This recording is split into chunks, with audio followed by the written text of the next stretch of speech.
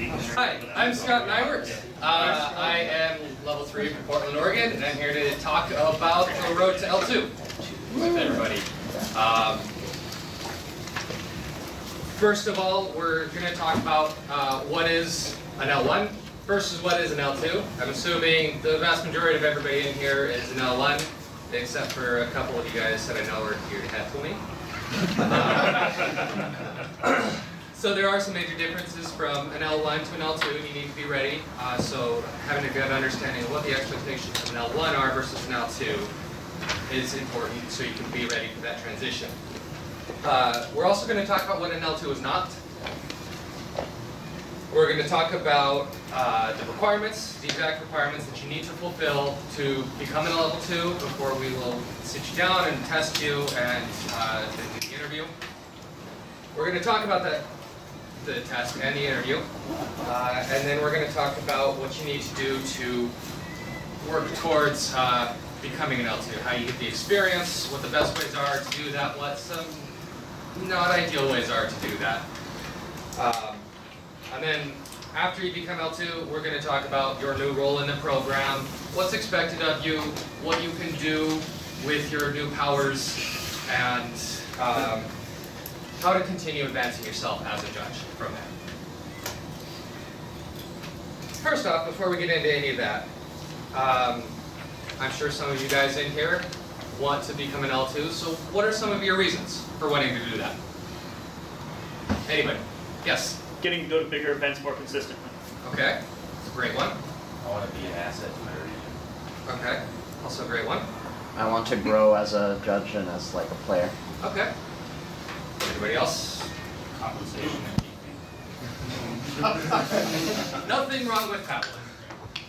I don't want to say there's no wrong reasons to go for L2. There are some wrong reasons, but even something as simple as compensation and being able to go to these GPs and hopefully walk away with, up a little bit, or at the very least break even, versus paying out hundreds of dollars to earn somebody else money. These are all fine reasons. Helping out your local community. Being an L2 doesn't mean you have to go to every GP or go to all, any GPs, anything like that. Helping out your local community or, going to GPs is also, I love them. They're all good reasons. Unless it's, like I said, there's very, very few bad reasons to go for L2. Make sure that you have a reason for yourself, though, because it is important to have that motivation to help get you there. So, a couple things. What is an L1? What specifically is the program looking for in an L1 for our in-store judges? It's somebody who primarily works at regular REL, so it'll be for FNMs, for pre-releases, for your Tuesday night draft, whatever events you happen to run there. Level 1 is not expected to know the IPG, they're only expected to know the jar. Yes? I think one of the big things it comes down to is an example for the players. How do you mean? As far as correct play, rules knowledge, they're there to help progress the player base in the area. I mean, you could probably say that of any judge. Sure. Right, but when it comes down to it, people look to judges as a form of leadership, and I feel like they need to hold themselves up to that standard. I guess I was more talking about the explicit requirements, like the statements of as far as the judge program, what they define a level 1 as versus what a level 2 is defined as. I will sit here quietly and... You're fine. No, feedback is great. I love having more of a dialogue and a conversation rather than you guys listening to me yap, because I will yammer on and on, but I also try to keep it on track.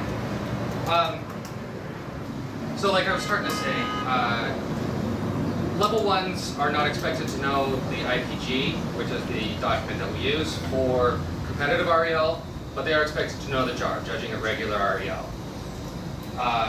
And finally, you don't have to run or work many events to become a level 1 versus level 2. There are higher event work requirements than there are for earning and maintaining level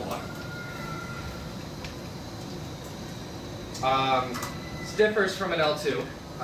The first thing that an L2 needs to know, the biggest jump for an L2, is knowing and being familiar with the IPG, the Infraction Procedure Guide. This is the biggest stumbling block for a lot of people going from level 1 to level 2, both in practical knowledge, book knowledge and practical knowledge. Knowing what a GRB is, a game rules violation, knowing what hidden card error is and how to fix it, being able to answer that on paper and being able to do it live at a table when somebody accidentally drew 2 cards and shuffled them into their hand, on their draw step. How do you fix it? The IPG lays out some very specific things, and level 2s are. Level 2 is the first time that we as judges are expected to know step A, step B, step C at competitive REL.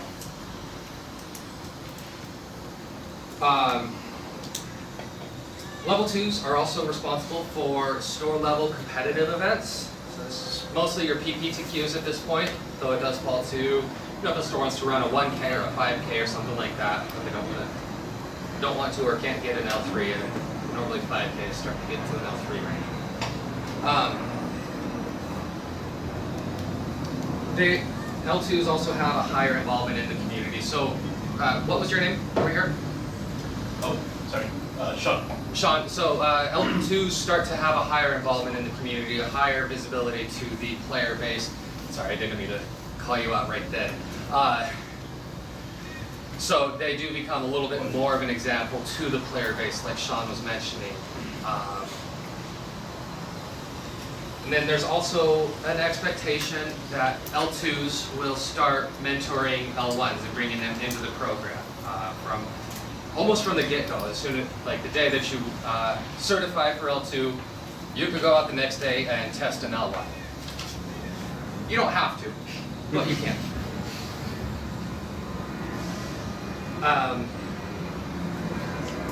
While I'm on this subject, it is also very important that we talk about what an L2 is not. There are some people out there, there are some stores out there who think and act as though, like, once you hit L2, it's a life sentence to head judge a PPTQ every weekend, and you can never play again because there's only one L2 in my entire area, so too bad you don't get to play anymore. Not true. As much as stores want it to be, as much as the player base wants it to be, having a break for yourself, being able to continue to play if you want to, being able to judge more if you want to. I don't want to make it sound like there's anything wrong with judging 12 PPTQs in a quarter. I can't imagine doing it, but if you want to do that, go for it. But having some sort of rotation with other L2s in the area so all of you can play and all of you can judge is very important. We don't want anybody to get burnt out, and in some areas it is very easy for one person to fall into a loop and get burnt out. So, like I said, an L2 is not somebody who is bound to the program and has to give up every single weekend running these PPTQs. If that means some don't fire, it means some don't fire. And that's okay. Don't tell that to the stores.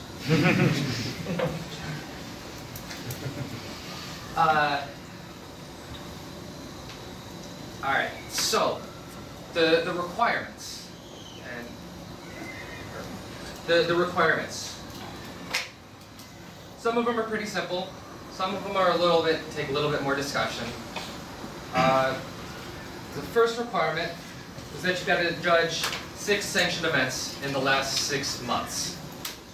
There's no exact way of tracking this. We can't, some events that are judge ups are really easy to look up, but if you're judging F&M, well, we don't have a database that we can go look and see, oh yeah, you've actually judged this.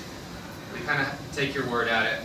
If you can't take your word and you're lying, whoever's interviewing you, then you're probably not going to last long in the program anyways.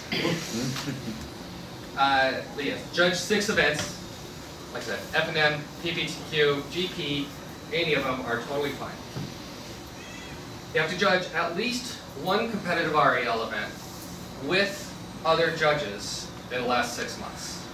So if this means you're at a PPTQ working with another judge, if you're at a GP working on the teams firing on-demand events, if you are at a pre-release, competitive, pre-release doesn't count. Super Sunday series. Super Sunday Series, yes. Any of these events work, as long as it's competitive REL and you're starting to get that practical experience with the IPG, figuring out how to go through a proper backup, figuring out how to do a deck check, things like that, which are instrumental for hitting the ground running when you are on a team or doing something at one of these bigger events. The next thing that we need to do, you need to write reviews of at least 2 different judges. More is totally fine. If you've worked with a lot of judges, that's great. It's also important to note that you don't have to be a judge in an event to write a review about a judge. Some of the best reviews that I've personally written have been while I've been a player. I was a player to GPT back when they were still competitive. And I wrote a review of the head judge and some of the things he did and the investigations and things like that, which I was able to observe. And I was able to see very different things from the player perspective than I am from the judge perspective. So whatever role you're in the tournament, you can still write a review for a judge. Don't think that you have to be wearing black to be able to write a review. You also need to write a tournament report, conference report, or an article. And I don't remember if this is time-stamped or not, if it's the last 6 months, but there is a section on judge apps where tournament reports, I think just labeled tournament reports, somebody correct me if I'm wrong. You write it, post it in there, people are shrugging, okay. Write it, post it in there, other people, somebody does read each of those and you will get feedback from judges all over the world. It is a great experience. It's a way to get feedback from other judges that you might not have worked with. Sometimes you might have done something incorrectly in the event, and you write about that in the tournament report. You might not even have known it was incorrect, and you'll get corrected on it. And don't take that negatively. Take that as a good learning experience.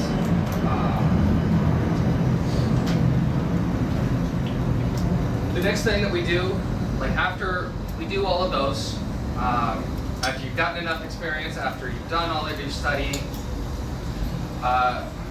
take the test. Normally it's preceded by the level 2 practice exam, which is 25 questions.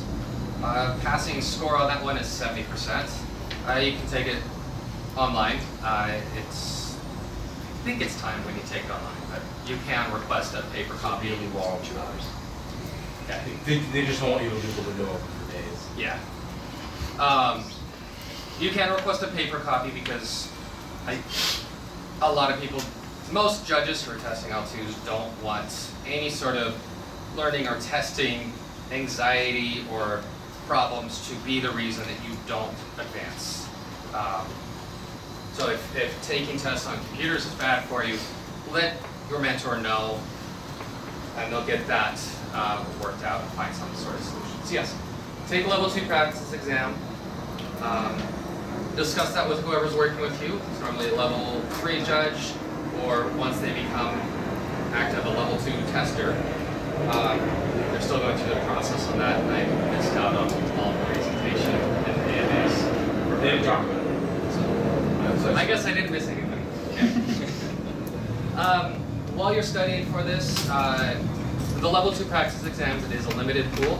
So if you want to take some more exams, I would recommend taking the hard practice exams with a caveat.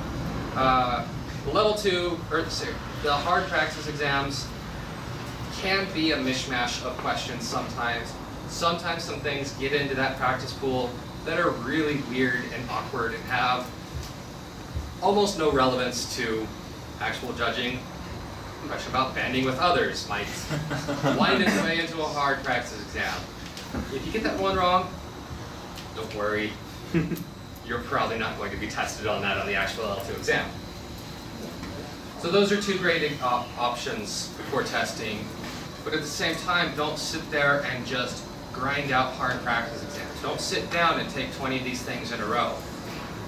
It's very important when you take a hard practice exam, you start to look at it and think about what you're missing. It's like, hey, I'm missing a lot on looking at extra cards and the proper way to fix this, or I'm missing a lot on DQs, or I'm missing a lot on replacement effects. Taking that information and then going and looking up some articles on it. Like, here's some articles on the hidden card error and how to fix it and what the proper solution for this is. Getting outside of the judge center for a little bit and really delving into that one subject, because that's the best way to do it, is use that as a tool to identify where you're weak and then find the resources to fix that weakness. Do all of these things to get yourself ready for the L2 test. Once you're done your studying, once you're feeling good about that, you'll sit down with an L2 tester and they will print out the actual L2 exam for you. Unlike the level 1 test and the level 2 practice test, this one is 50 questions. So it does take quite a while longer. The passing score for this one is 80% instead of 70%. It's still the same mix, about I don't know the exact mix, but it's about 75% rules questions and 25% policy questions, somewhere in that realm. So knowing your rules is really important. Knowing all of the IPG is very important. Knowing two-in a giant is important too. It's a great format. I love it. Everybody should play more. I say that as a joke, but it is amazing. When you go to big events, there will be two-in a giant side events, and you need to be able to go over there and answer the questions. And the players need to rely on you to know how attacking works in this weird format where attacking isn't the same as one-on-one. What about Grand Melee? Not on there, no. You're okay. Whoever said that, I agree. In addition to the test, there is a brief interview with the L2 tester. If it's somebody that you've known for a long time, if it's an L3 from your local community or an L2 from your local community once they come out with the L2 tester, who has worked with you extensively, that knows your skill set, this might be really brief. It might literally just be the test. If it's something like today, where we're testing 5 different individuals today, several of whom myself and Tasha haven't met, the interview might be a little bit longer. The intent of the interview is to, there's a couple intents of the interview. It's another check to make sure that the experience that you've gotten at the events has prepared you for level 2. Are you a candidate with the skill set that we expect of a level 2? Can you answer rules calls? Do you know the IPG? Do you know the correct things to do to say? Are you ready for the logistics of a tournament? That's not something that we can put on the test. Do you know how to do a deck check? Do you need help with it? And then we get into the DQ portion of it. Because you're not expected to know how to do a DQ at level 1. During the interview, we train you on the DQ process, on the interview, or all the paperwork and the investigation process, how to fill that out. We also train you on how to test and mentor L1s, since you're now capable of that. We'll show you all the buttons to push in Judge Center, things like that.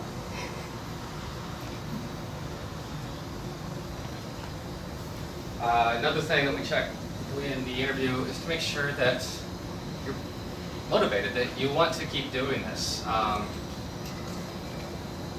that you've got a goal in mind for yourself for what you want to do when you head out to. Do you want to judge 20,000 PPTQs? Do you want to start exploring the world and going to these GPs and all across the states, or maybe even someday across oceans?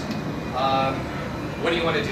Or do you want to do something in your local community and maybe start some judge classes or player classes or something like that? Making sure that you've got a goal and something you want to do to keep you motivated and driving forward in the program.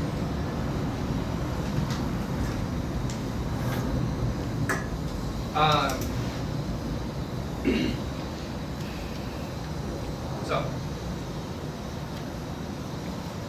just checking to make sure we're not rambling too long and we have some time for questions. So how do you get experience? This is one of the things that can be difficult. There are a lot of level 1s trying to get to level 2, and there are relatively few opportunities, especially now compared to the older PTQ system, to get that experience. So what are some of the better ways to get experience? Anybody have ideas? Yes? Come to a judge conference. Perfect. That was my last one that I was going to go over, but yes, that's great. Conferences like this are exceptional. There's investigation seminars, there's casting a spell, there's all sorts of things where you can very quickly learn from judges who have more experience in a particular thing. There's a lot of knowledge transfer at these and they're amazing. Yes? 1Ks, 2Ks, whatever put on by stores. Yes? Like regionals in the States. Pretty cool. Oh yeah, those are Like still a SCG, thing. SCG regionals. Yes. Like, States. If you're held in your area, yes. They We are don't have going. any. We still have regionals. Yes. Network not with only other judges, but definitely like your local stores that are around you. Yes. These are all good. Yes. GPs for formats you don't play. What'd you say? GPs with formats that you don't play. GPs with formats you don't play. I'm glad somebody brought up GPs. As a level 1, getting onto a GP, it is a remarkable experience. I would not use GPs as your primary way to train yourself to get to level 2. Local GPs, like GP Portland next weekend, if anybody here is on staff for that one, are great. They cost relatively little to get to, and like I said, they're a great experience.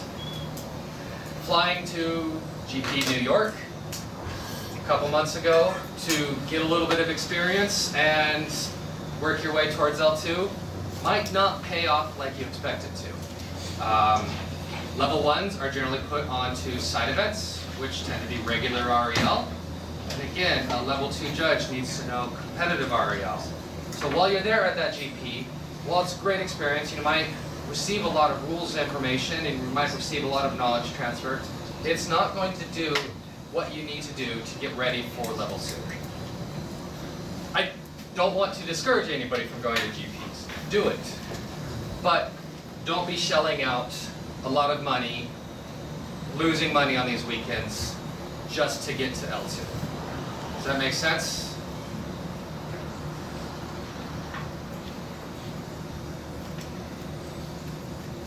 Does anybody else have any ideas for? I was gonna say, get in contact with your local L2. That usually helps because they can at least set up some type of mentorship. And then a lot of times they will pass you off to an L3 because sometimes the L3 is either a long distance away. So they can kind of help you with the process because they've been through it. And honestly, they usually judge the local PPTQ. So you can get a lot of chances potentially to get on at a PPTQ with them. That's perfect. And also brings up another thing.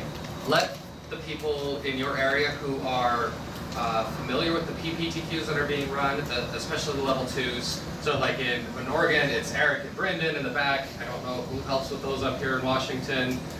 Let them know that you're a level 1 who wants to go for L2, and you need some of those slots. There's groups, and the level 2s talk to each other and say, hey, I need a slot for this judge on these weekends. Anybody have one? Do you have a question? They can always use Facebook or to contact us. We're Yes. very Slack. friendly. Slack. Most We of have the a L2s are on Northwest Slack. We will listen to you. Get on the Northwest Magic Judges Facebook page. There's a link to the Slack.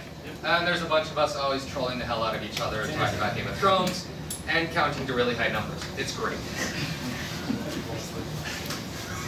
I have one more thing. Yes. So, if you go to F&M often, or judge F&M often, and there is an L2 that can come to your F&M, one suggestion might be to ask them to come to an F&M and then discuss judge questions you got there and their context and competitive.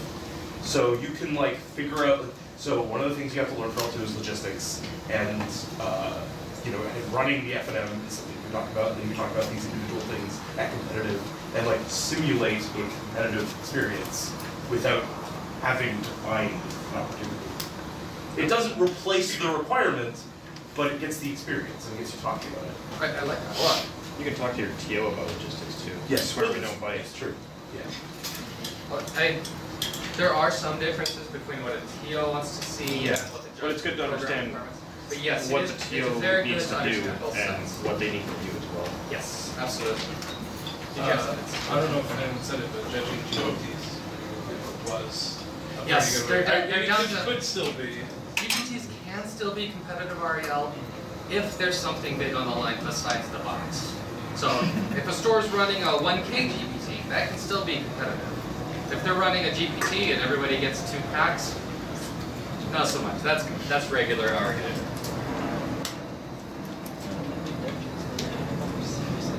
So, you've done all the requirements, you've done all your studying, you've taken and passed your test, and you've done the interview. You're level 2 now. Congratulations. What are the next steps? Level 2s are placed in a leadership role a little bit more than a level 1. You're going to start being looked to from stores to be head judging whatever events they've got, whether it's PPTQs, whether it's pre-releases, things like that. That can be daunting, and a tendency of a lot of people, and this was my tendency as well when I first became an L2, is to compare yourself to other L2s. So if you're a fresh L2, you're sitting there and you're comparing yourself to Joe, or you're comparing yourself to Brandon, who have been L2s for quite a long time, you're going to feel kind of lopsided next to them. That's okay. Don't feel bad about that. Each level is a spectrum. Just like right before you took that test, that L2 test, if a brand new L1 had compared themselves to you, it would be very similarly lopsided.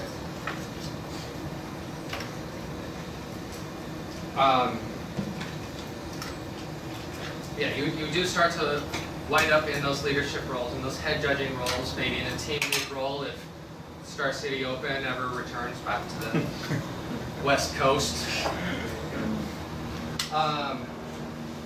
And that can be a daunting task. There are plenty of resources out there. The Judge Slack that was mentioned earlier, the Northwest Magic Judges Facebook page, your other local L2s that you might have, L2s or L3s that you have a personal relationship with. Work with all of them. Get their feedback. Say, hey, I've got this head judge opportunity coming up soon. I'm really nervous about it. Here's what I've got planned, but I don't know. I don't know if I'm ready for this. And they'll help you out with it. They will walk you through whatever problems you've got, whatever concerns you might have, and they'll be there for you. All of us were in those same shoes at one point. It's a very natural feeling, but it's part of the progression. Another thing that you start doing at level 2, if you choose to, and not everybody needs to go do this. I encourage it, but again, you don't have to. There's Grand Prix. Level 2s can floor judge on the main event. It's a very different experience. You sit up there at the main stage and you look out, and if it's even GP Portland next year, you see 2,000 players in front of you. And the biggest event you judge before that is 35 players. There might be a little bit of panicking going on. But again, you're in a team structure there. You've got a team lead. You've got other seasoned L2s on your team. Your team lead is going to be an L3 or somebody with a team lead certification. And they are ready to help you with your first experience and make it as positive as possible. Rely on them and work with them to advance yourself on that day, to learn as much as possible. Some people might choose another role once they get into L2, or they might choose both of those. But there's a lot of community work that starts to open up once you become an L2. And I don't want this to discourage anybody from working in our community, even as an L1. It just becomes a little bit more readily available when you're in L2 for some reason. Whether you want to run judge classes, whether you want to run local judge gatherings, whatever activity in your community that you want to be involved with, you can step forward a little bit more and help out with those. Portland area, we've run a couple judge classes in the past. It's been a great opportunity for L1s going towards L2 to teach these, and it's been a great opportunity for new L2s to expand their skill set by organizing and running these. Similarly, Portland area runs a series of judge gatherings once every month or two. I think the Seattle area is somewhat similar. Zach's nodding yes. I don't know how often they are. About once a month. Once a month?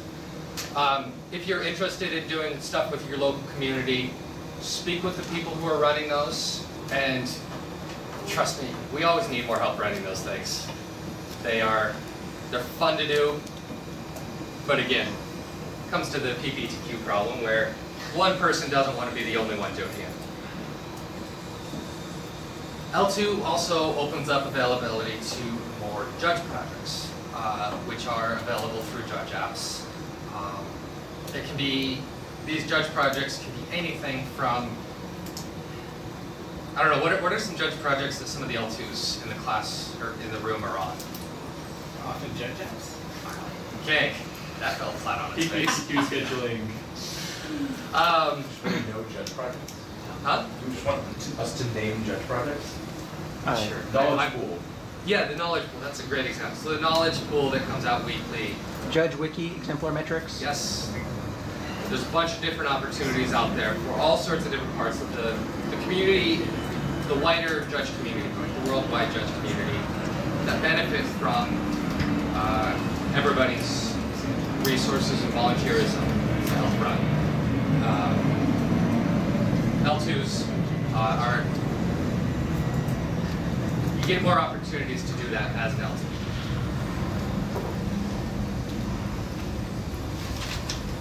With that, I'll open it up to any questions. Anybody has any? Yes.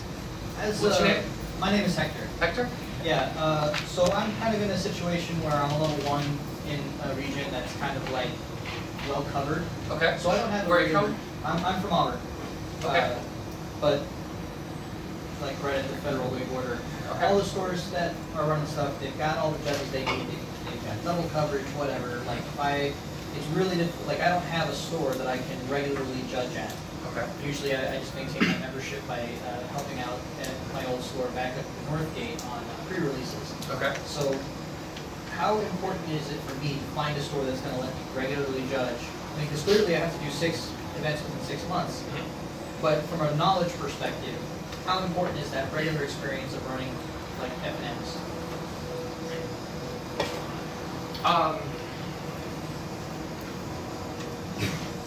That's a good question.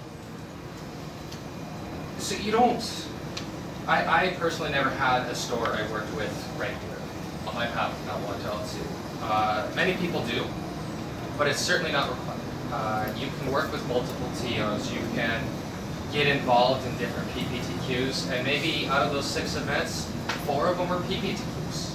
And then 2 of them were like Saturday and Sunday or pre-release. That's totally fine. Working F&M 6, 7, 8 weeks in a row probably isn't the best way to prep yourself for L2, but it is certainly a way that you can meet the requirements. Another thing with F&M, if you go regularly and play at an F&M, talk to the TO. Like, if the stumbling block for you is just getting that requirement done, it is possible to talk to the TO and say, hey, you know, I'm a judge. We've worked together before, you know my face rather frequently. Can you put me into the system as a judge while I play? And if there's any questions that come up, let me go answer them. Let me take them during the middle of the event. Many stores are very happy with that. And then they've got somebody who's out on the floor. That's taking already calls. only though, right? Huh? Yeah, Regular it's LRA only, yes. But I'm just saying, like, if the stumbling block for you is getting that 6 events in 6 months requirement done, this is an option. So, Joe. you don't have to like run the event. To judge an event, you have to be the judge and answer questions. Yes. That's what's expected. You don't have to be the guy that announces that all the rounds are starting and puts pairings up and works the computer. So if the store has their employee doing that, who is also a judge, and you're just like, yeah, I'm gonna be around and I'll answer questions, that's good enough. That's what we want. Okay. Any other questions? Nothing? Everybody understands perfectly how to get to L2 now? It's a very thorough presentation. Thanks. Yes? I would like to point out that in our region, our RC has said that in exchange for a conference report or tournament, or you can do a self-review. Okay. You can do what? A self-review. Okay. Basically go into Judge Center and instead of typing up, the other judge's DCI number, type up your DCI number as a subject and talk about yourself. Your strengths, your weaknesses, what to work on. It's actually a really enlightening process. You have to write several of them. Well, you have to write one of them to get from L2 to L3. I personally wrote 3. And I recommend everybody do it on somewhat regular occasion. You got a question? When you say a tournament, what does that mean? So, if you go into Judge Apps, does everybody here have the Judge Apps account? Does anybody not? Good. So I can get to the comments. This is true.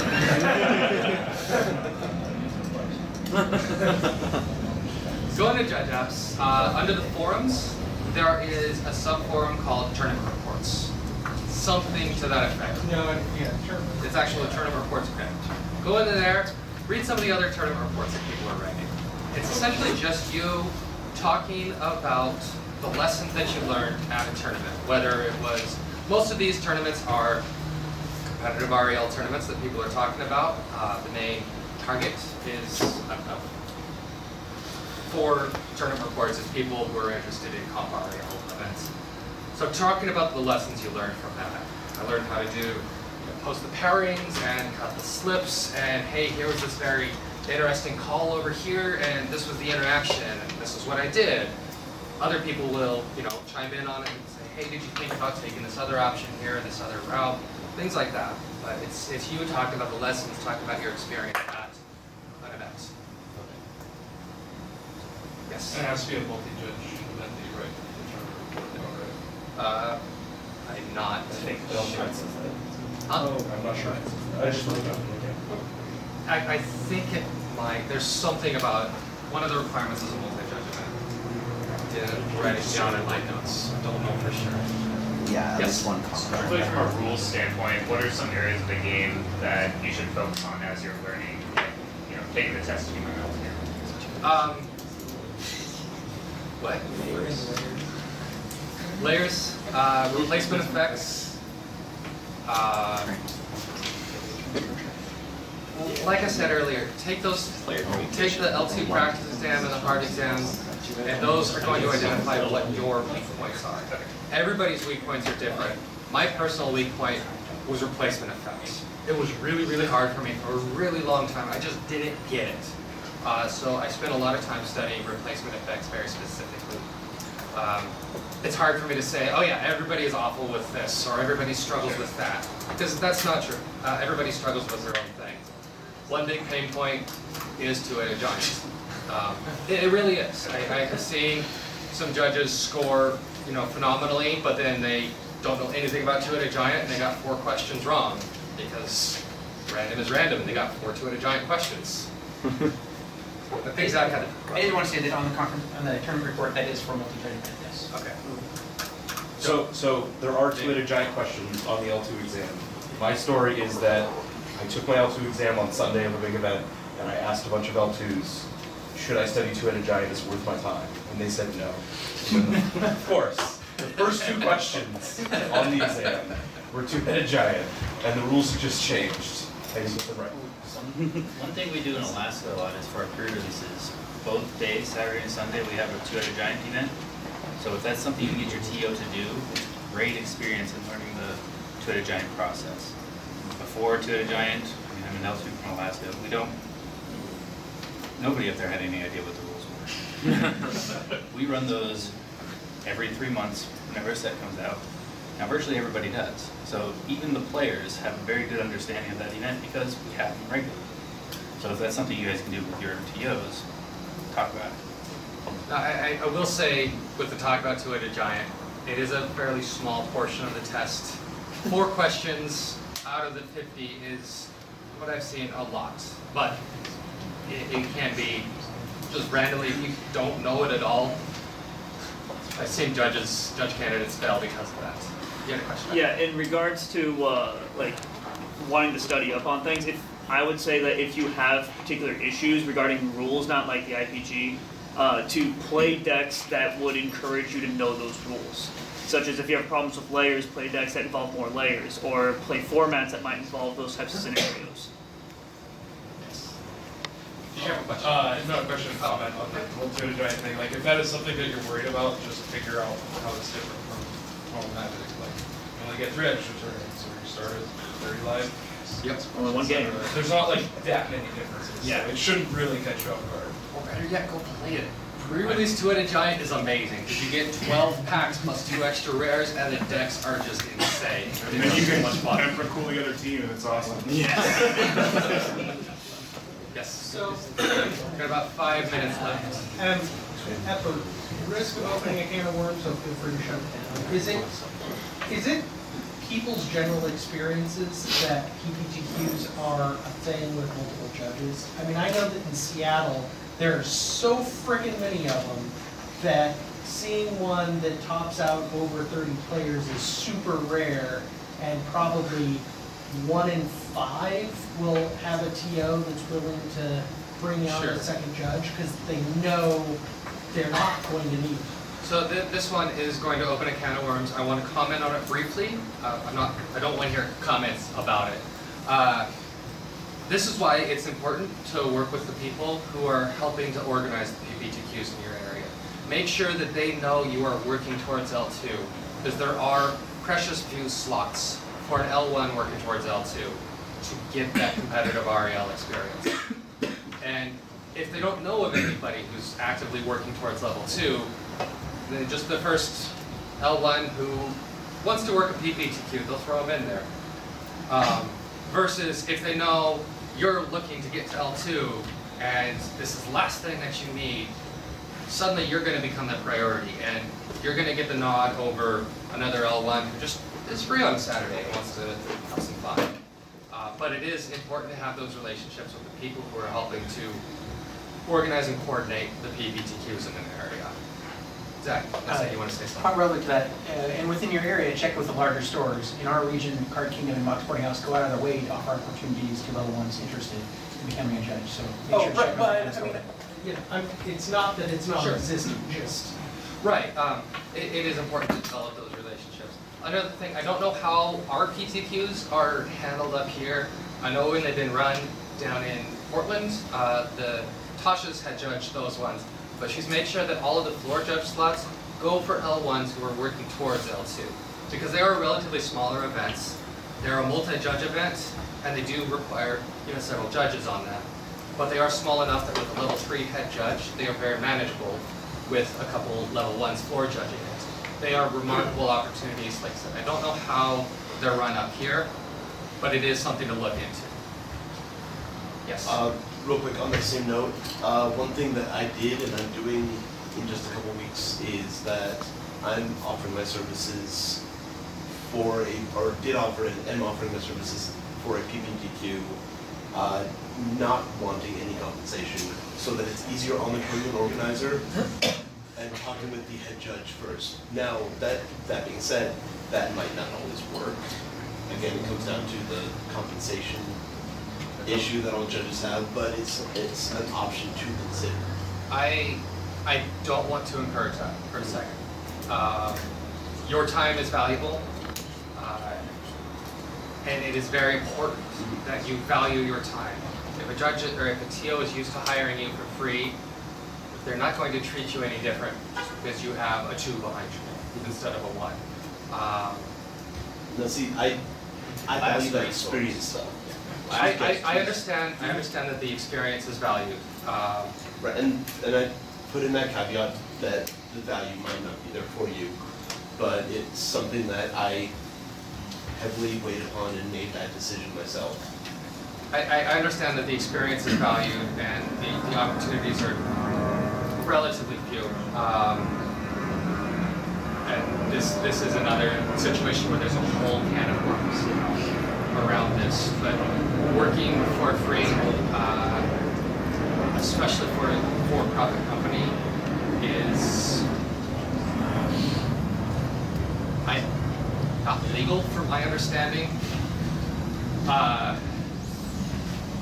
It is not something I want to encourage for a second. Make sure you value your time, make sure you value other judges' time. And the opportunities, if you do network with the people running KPTQs in your area, they will come. Put yourself out there, you will find those chances without having to give up your weekends for that or for just the experience. Yes? Should you fail the L2 exam, how long do you have to wait to take it again? And does failing it kind of reflect poorly on you in terms of the interview? It does not reflect poorly on you in terms of the interview. Everybody stumbles from time to time. The advancement process from L1 to L2 and then eventually L2 to L3 is intentionally rigorous. Everybody stumbles at some point. Directly answer your first question, it's 3 months. If you fail, you can retest 3 months later. Most every tester will say, when those 3 months have passed, all right, 3 months have passed. Prove to me you're ready before I actually hand you this test. Probably means take another L2 practice exam. They can be a little bit more restrictive on the score that you need on the practice exam. That's entirely up to the L2 tester. But yeah, it's 3 months test. But yes, don't worry about failing. If you fail, use that to motivate you further. Use the lessons that you learned to become a better judge. Gives you good places to see what to study. Yes, that too. I know I personally failed a couple times when I was going towards L3. I failed a couple times on the team lead recommendation, and I failed the first time on my L3 exam. And those were all positive experiences, and it sucked that day. I won't lie, it was awful. But in the end, I learned a lot from it. Any failed exam, any failed step along the way should be treated as a good learning experience. I think we're at about time, unless there's any more urgent last-minute questions. All right, thank you, everybody.